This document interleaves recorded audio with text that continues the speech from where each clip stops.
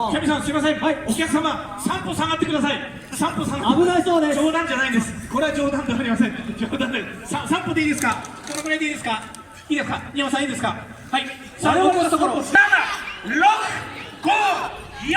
3、2、1、ハッピーニューイヤ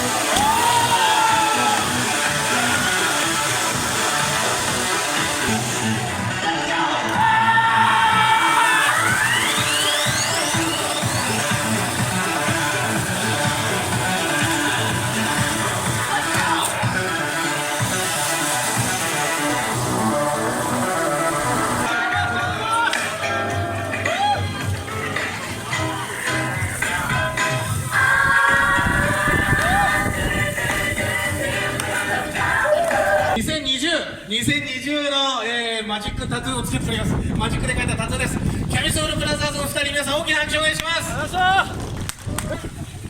ル、はい、アンコール、アンコール、ムチャコールステージいっちゃいますか。じゃあ拍手をお願いします。